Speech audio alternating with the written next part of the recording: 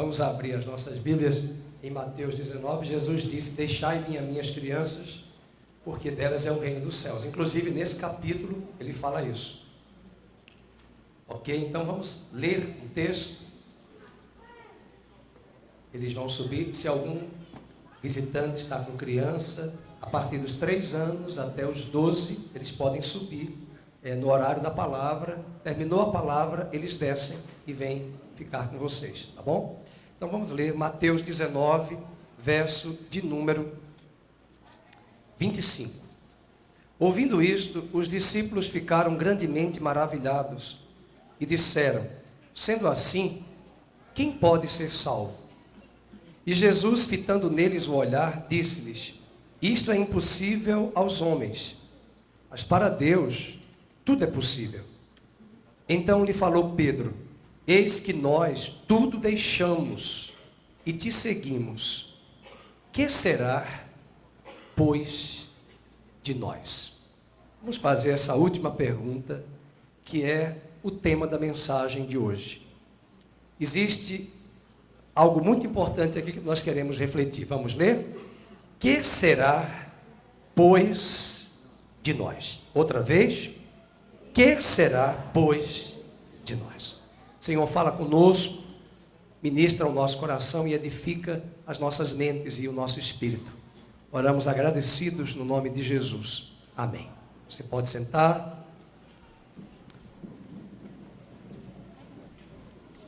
Uma das grandes doenças da sociedade contemporânea, basta olharmos para as redes sociais, é o grande culto a si mesmo.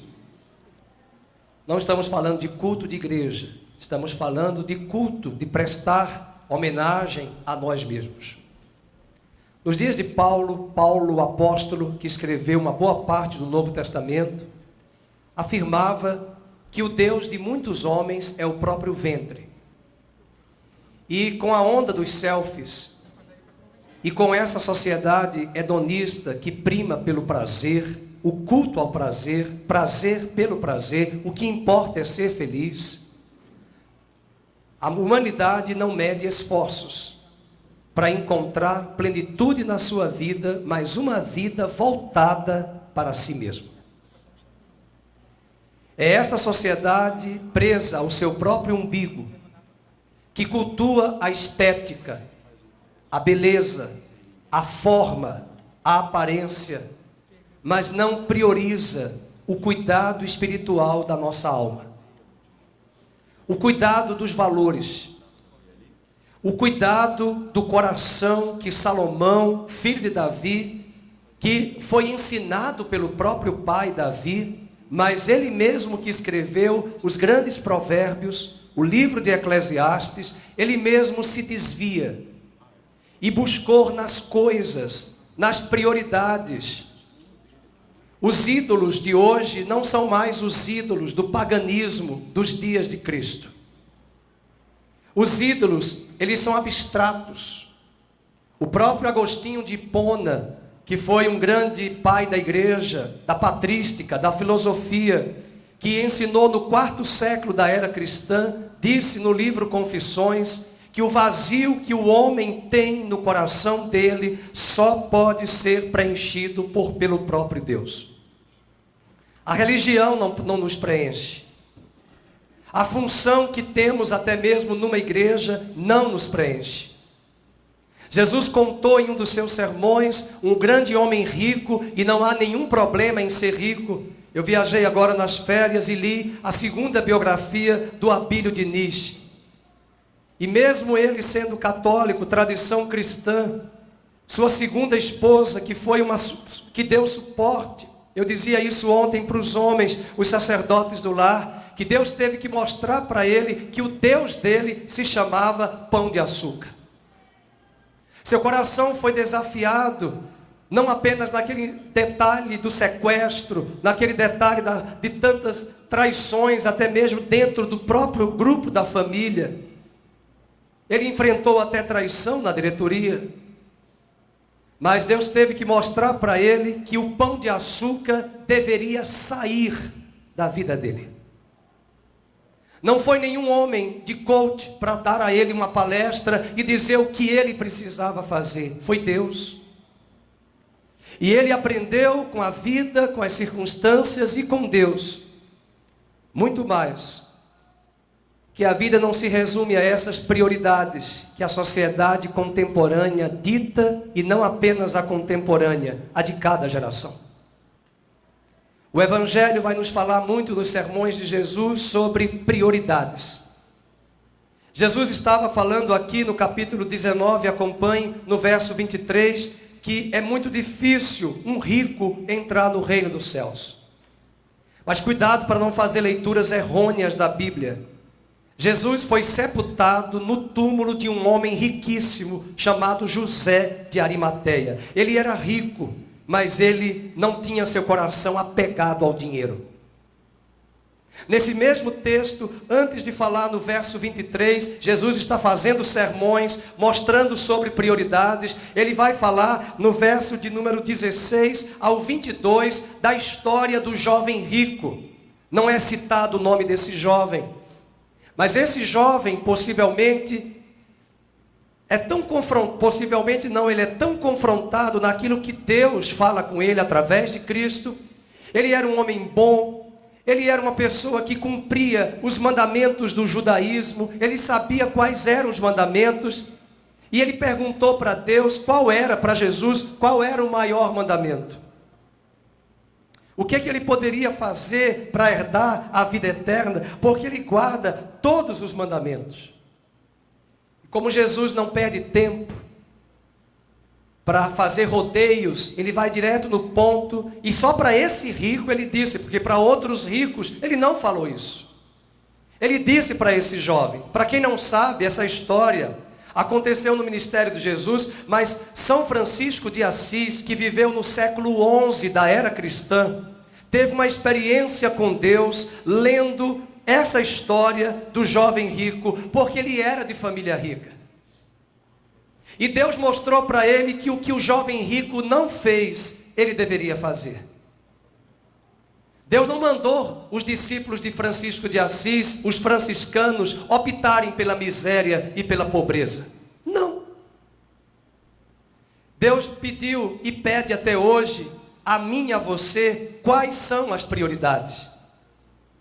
Porque as minhas buscas, os meus anseios, o vazio que está em minha alma, eu e você, nós temos hoje atrativos na sociedade contemporânea, inúmeros, para tentar nos dar uma percepção sensorial de que vamos ser saciados. E eu estou diante de um auditório de adultos que sabem muito bem que estas coisas, elas não nos dão saciedade.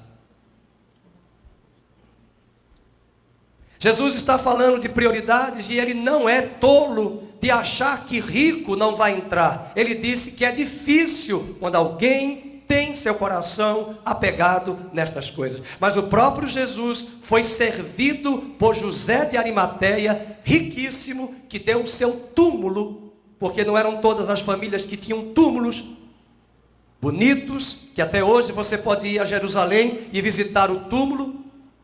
E ali você vai perceber que a bondade de José de Arimateia, porque ele seguia Cristo e ele quis presentear a família de Jesus, presenteando Maria, que tivesse um lugar para sepultar o seu próprio filho. Jesus está falando a esse jovem, e a Bíblia diz no capítulo 19, que ele falou assim: venda tudo que tens, entregue aos pobres e siga-me. Verso de número 22 diz: tendo porém o jovem ouvido esta palavra, retirou-se triste, por ser dono de muitas propriedades. Isso significa dizer que ele ficou com o coração pesaroso. Mas eu acho bonita a atitude dele, porque ele não foi estúpido. Eu conheço muita gente aí fora que não quer entrar em nenhuma igreja, porque diz assim: eu não tenho condições de entrar. Eu digo, mas Jesus morreu pelos pecadores. Mas a pessoa acha, e eu também pensava assim, que ela só poderia vir quando ela tiver a disposição racional de que ela quer andar literalmente com Deus. Esse jovem deve ter calculado e mensurado: eu acho que eu não vou dar conta. Mas a caminhada com Cristo basta apenas dizer um sim no casamento. Você não imaginava que no dia que você disse sim para ela e sim para ele no altar, você tinha tantos desafios e contas a pagar.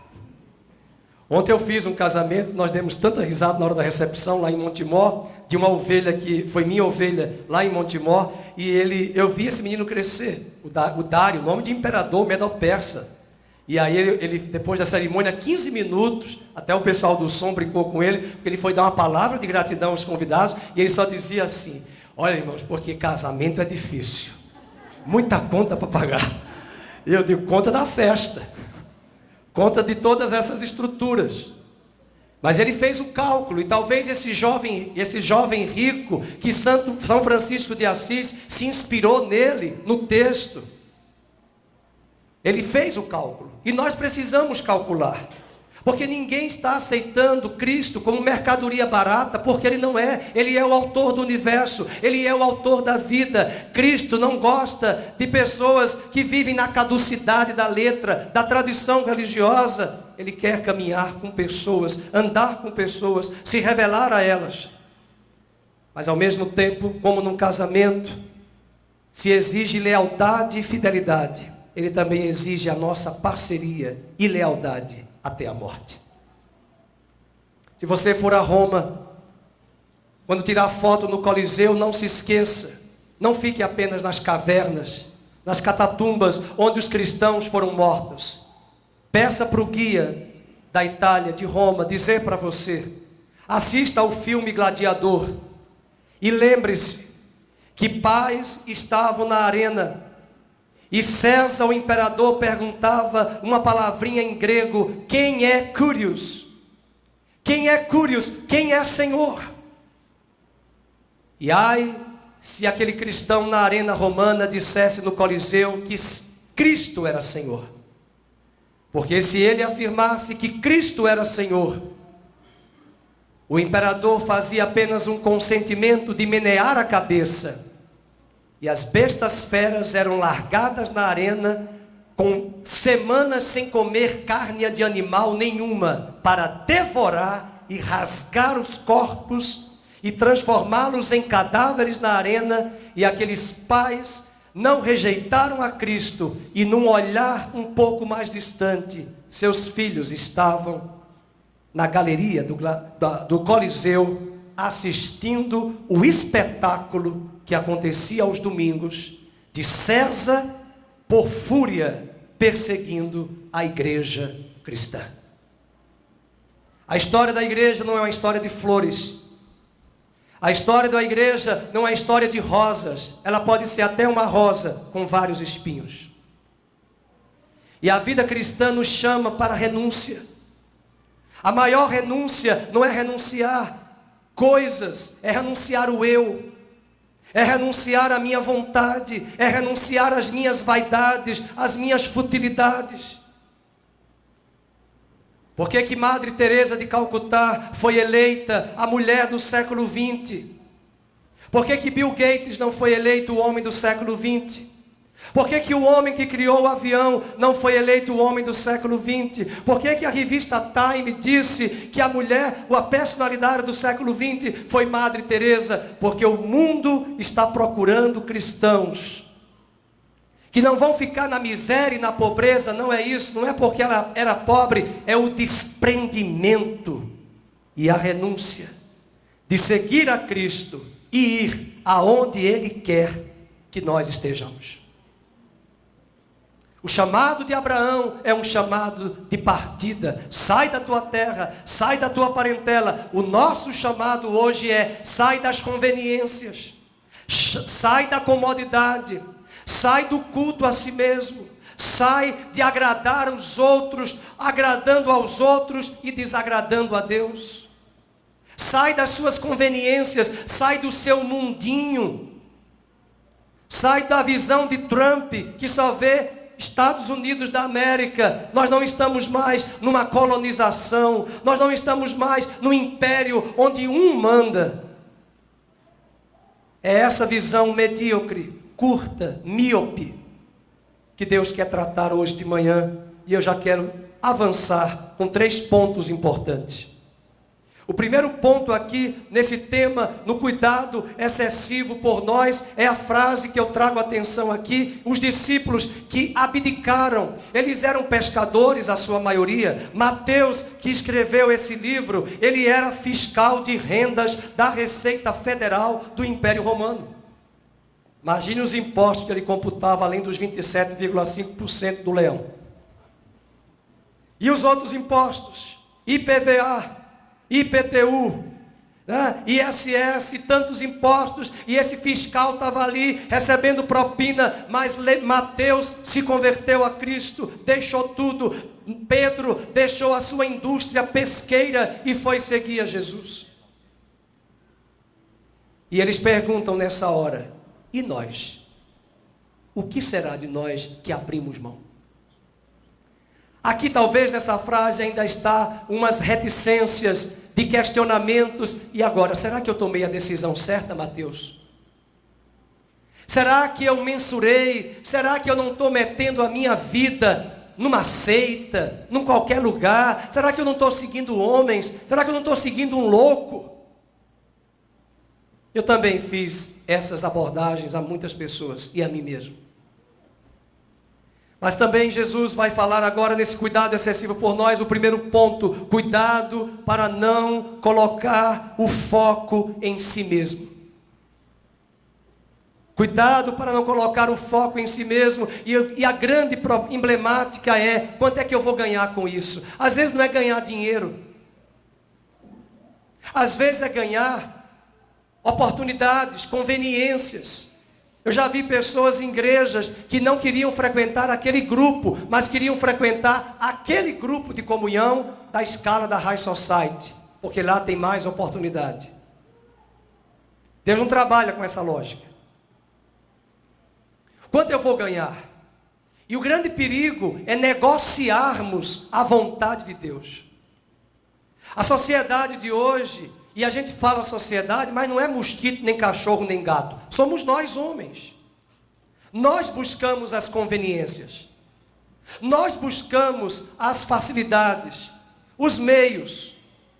E o grande desafio de seguir a Cristo é abrirmos mão, abdicarmos desse foco em nós mesmos, do que nós podemos lucrar. A vida vai nos exigir, na caminhada com Cristo, de renúncia. E se a nossa preocupação está aí na tela, é recompensarmos a nós mesmos, nós estamos fazendo o jogo de Satanás. Satanás não é chifrudo, nem vermelho, nem garfo tridente. Isso foi a Idade Média que criou. Jean Delémou, um dos grandes historiadores da França, diz que o próprio cristianismo criou o império do medo.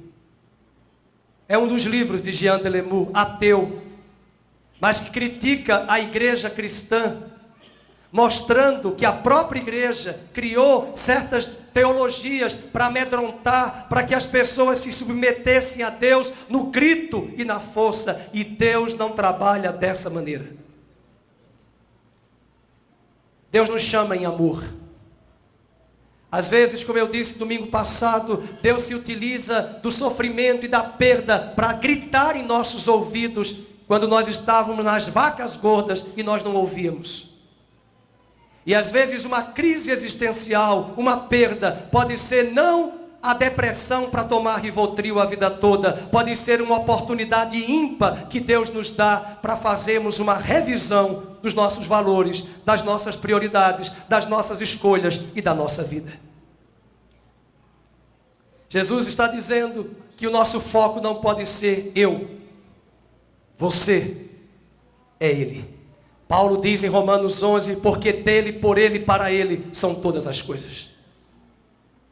Quantas vezes, administrando pessoas aqui que estão enfermas, com carcinoma, quantas vezes eu disse a Estefânia, na última visita que fiz a ela, Estefânia, as pessoas estão lhe observando, a forma como você reage à doença e ao sofrimento. Deus pode corrigir pessoas normais, que não estão fazendo nada através da tua atitude, que limitada numa cama, decidiu não orar mais por ela mesma, mas orar pelos outros. A visão que Deus nos dá é que nós saiamos do nosso círculo e pensemos como Deus enxerga, e olhemos como Deus contempla e enxerga muitas coisas. Segundo ponto, evite colocar o foco em outras pessoas. É interessante olhar para esse capítulo, é um capítulo 19 e o 20, cheio de muitos sermões de Jesus, mostrando prioridades. Vejam comigo o capítulo 20, você vai ler em casa em função da hora, o capítulo 20 do verso 1 ao verso 16, é a parábola dos trabalhadores na vinha.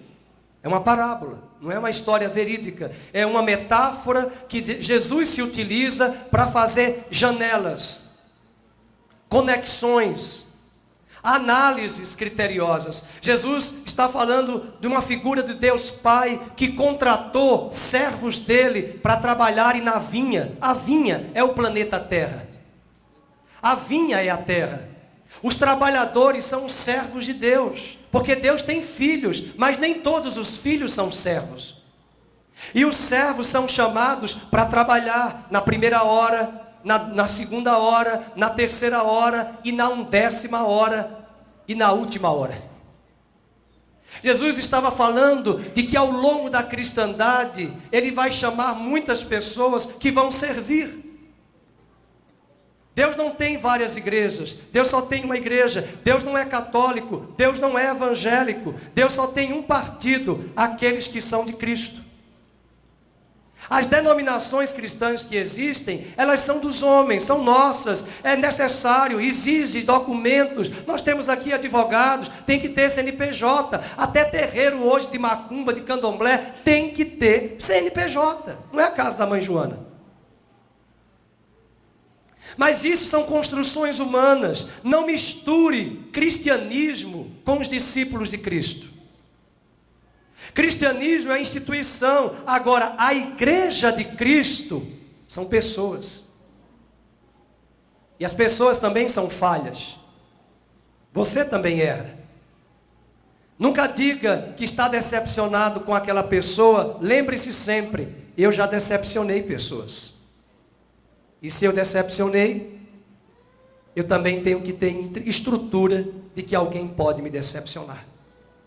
O que não pode é você ficar comparando a sua vida com os outros.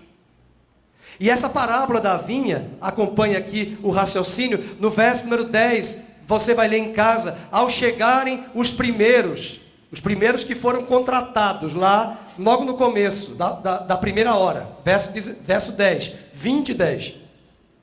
Ao chegarem os primeiros, pensaram que receberiam mais, porque eles vieram na frente.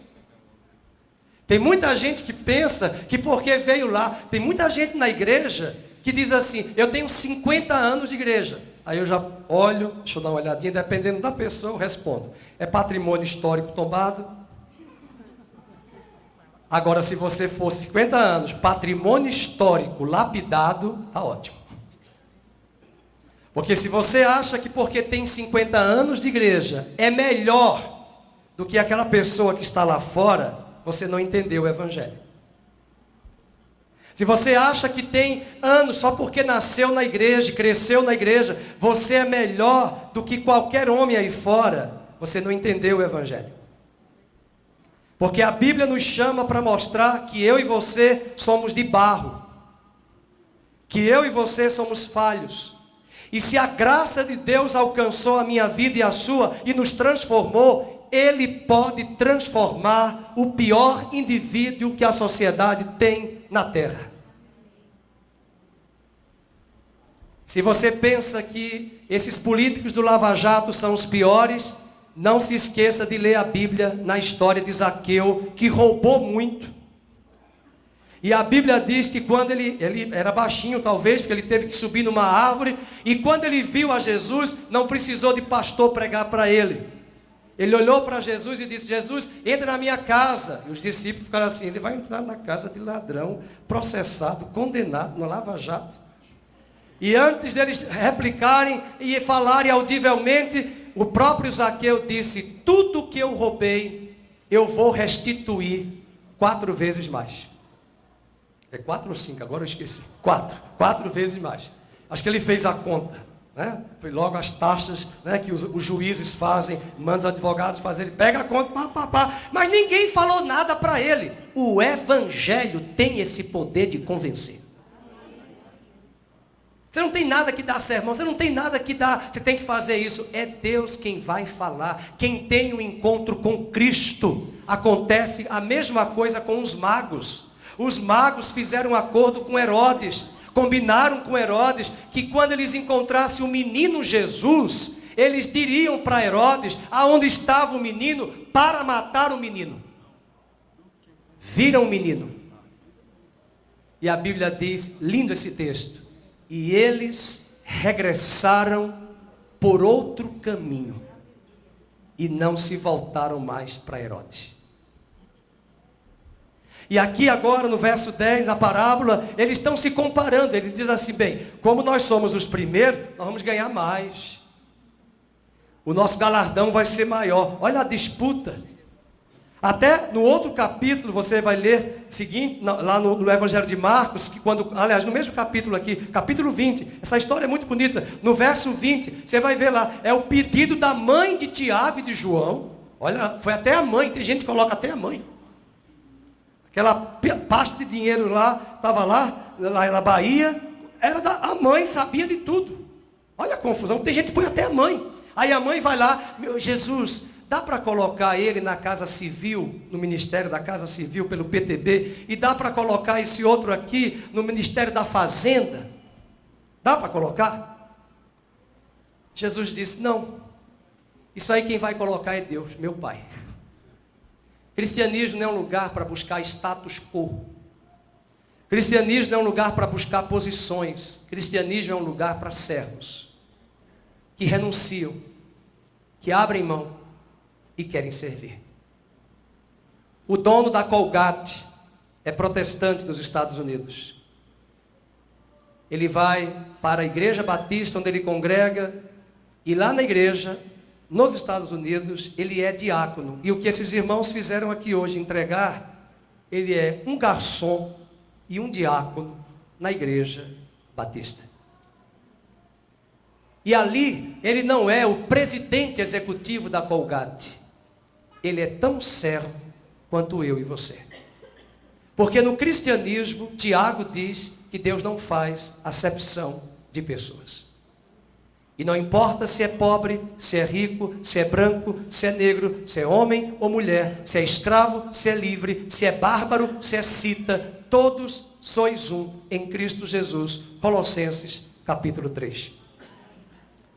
Veja o foco deles. Senhor, eles receberam mais um denário cada um. Versículo 11. Mas tendo recebido, olha a murmuração. Murmuraram contra o dono da casa. Gente que está ali questionando por que ele é melhor.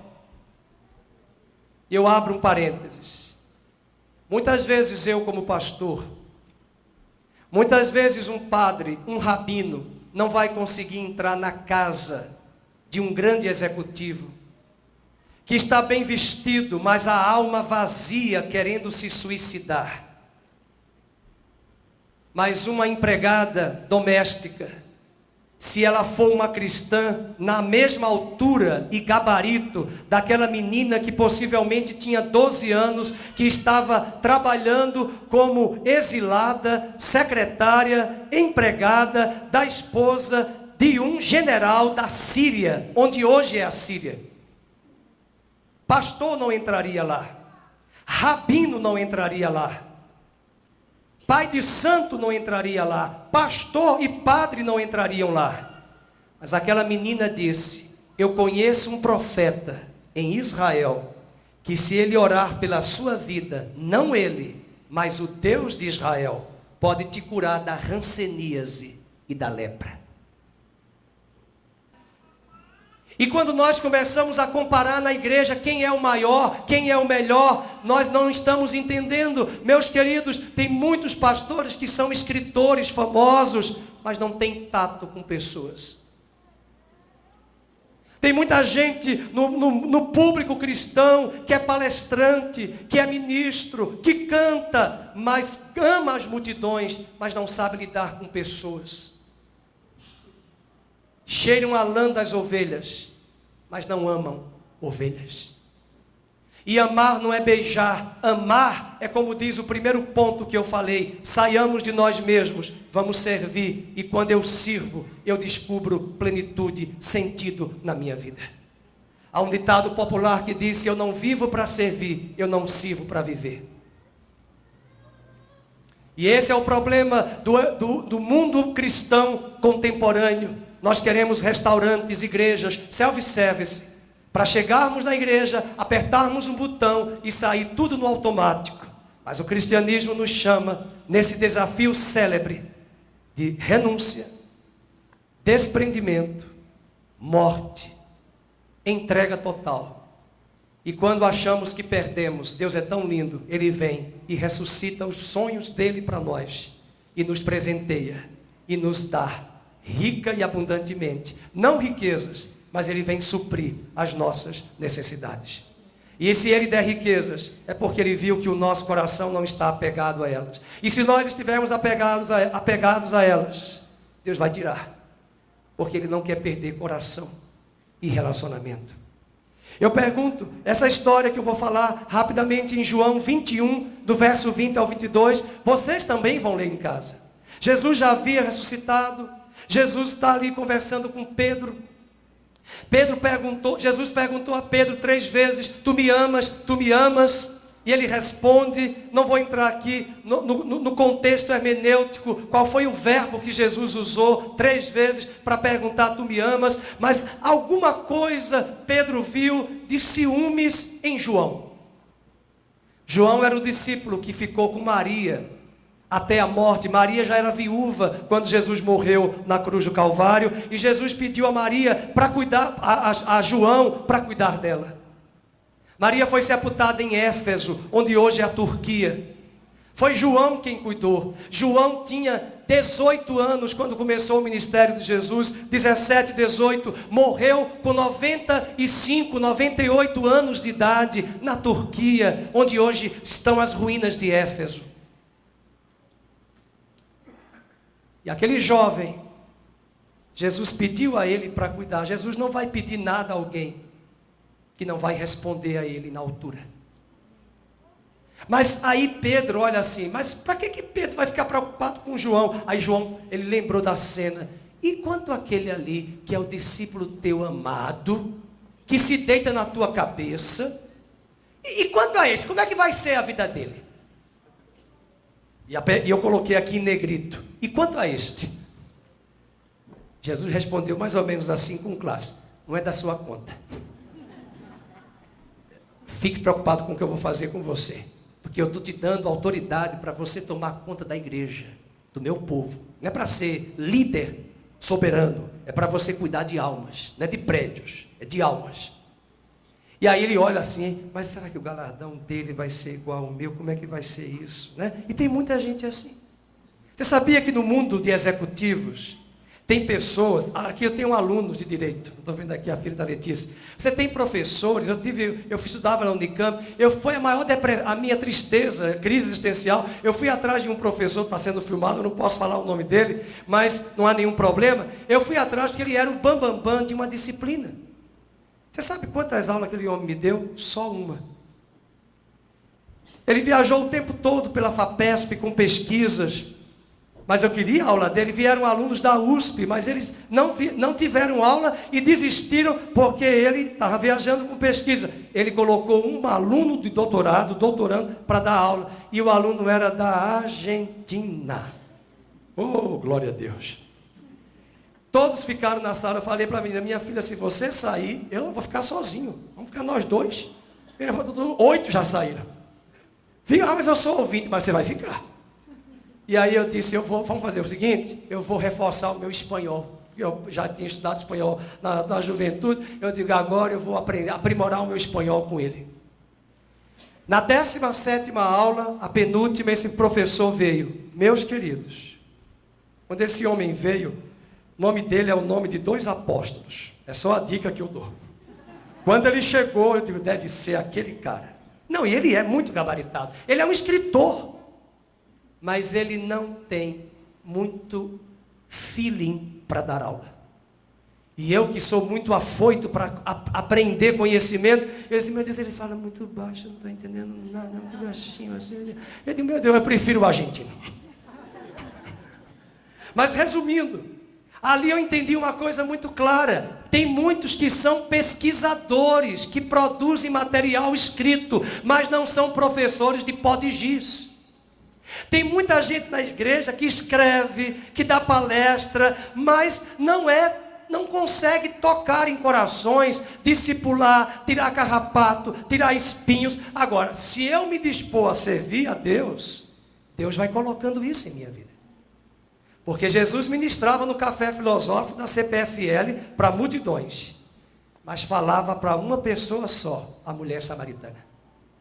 Jesus falava chique, teologicamente, com os teólogos, mas ele falava com as pessoas leigas na linguagem delas.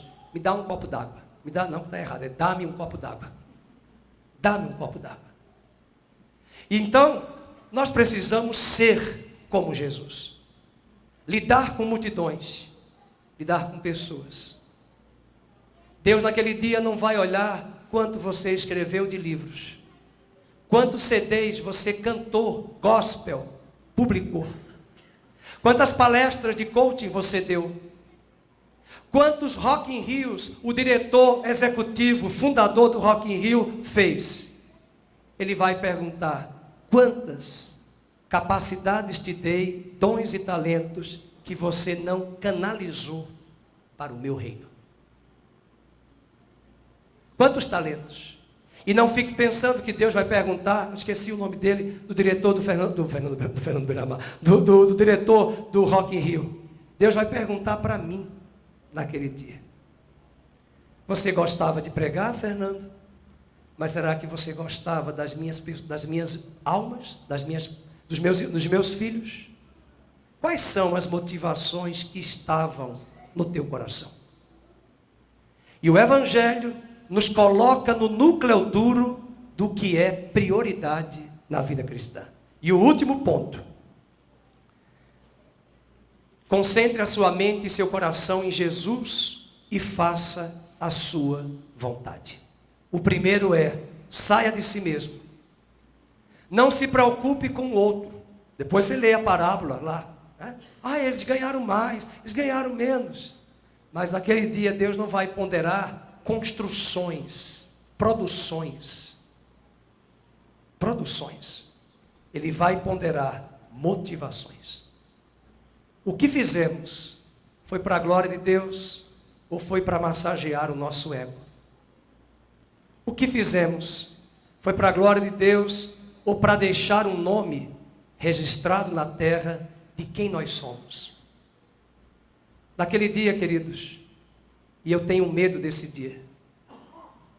Essa semana eu coloquei no Instagram um pensamento que veio de um pastor americano da igreja presbiteriana. Ele dizia no pensamento, você diz assim, só Deus sabe, só Deus é quem vai me julgar. E aí o pregador falou, e isso não lhe basta? Porque se Deus vai nos julgar, só isso já basta. Porque o olhar de Deus não é para condenar ninguém, é para condenar o pecado e o erro. Ele ama cada um de nós, mas Ele está procurando adoradores, motivações altruístas e não egocêntricas, que possamos ouvir dEle. E ao invés de pensarmos em nós e nos outros, o que é que os outros estão fazendo? Olhemos e pensemos nesse último ponto. Vou concentrar a minha mente e meu coração para fazer a vontade de Deus. Sabe, Fernando, você que é dentista, eu sou formado em odontologia. Nunca exerci, mas é a melhor profissão para evangelizar, porque o paciente não vai falar nada. De boca aberta. E anestesiado. E tome Jesus. Brincadeira. Mas, na verdade, a vocação não é ser pastor e ser padre.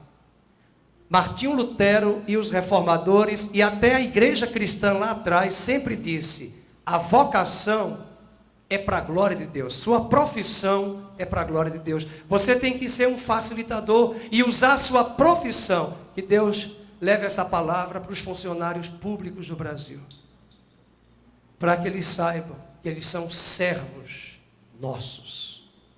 E não é para nos tratar, nem tratar os advogados com a cara carrancuda de pamonha fechada. É para entender, eu sou servo dos cidadãos brasileiros, eu preciso servir. Agora também que nós cidadãos tratemos eles com dignidade, porque eles não são nossos empregados de escravos. Mas guarde essa palavra hoje de manhã no seu coração, início de tarde. Concentre sua mente, seu coração. Nós não vivemos de explicações ou contratos, nós vivemos das promessas de Deus. Pedro mudou, vamos ler lá em cima na tela, ele mudou de o que receberemos para o que tenho, isso te dou. Quando Pedro está no templo, depois que Jesus ressuscitou, já fazendo o seu segundo sermão, aparece um paralítico coxo de nascença, e é colocado na porta para pedir ajuda. E Pedro disse: eu não tenho prata, eu não tenho ouro, mas o que eu tenho, isso te dou. O que é que ele disse? Em nome de Jesus Cristo, levanta-te e anda. O Papa anterior, João Paulo II, disse: hoje nós temos o ouro e temos a prata. Falta-nos o poder, a autoridade de Deus e um coração de servo e disposto a servir. Essa história nos diz em Romanos 8,32, aquele que nem mesmo a seu próprio filho poupou, antes o entregou por todos nós, como não nos dará também com ele todas as coisas? Vale a pena andar com Cristo. Ele pode não te dar caviar, nem aquele prato chique do restaurante mais nobre do chefe principal da culinária francesa. Mas eu não tenho dúvida que ele vai suprir todas as suas necessidades.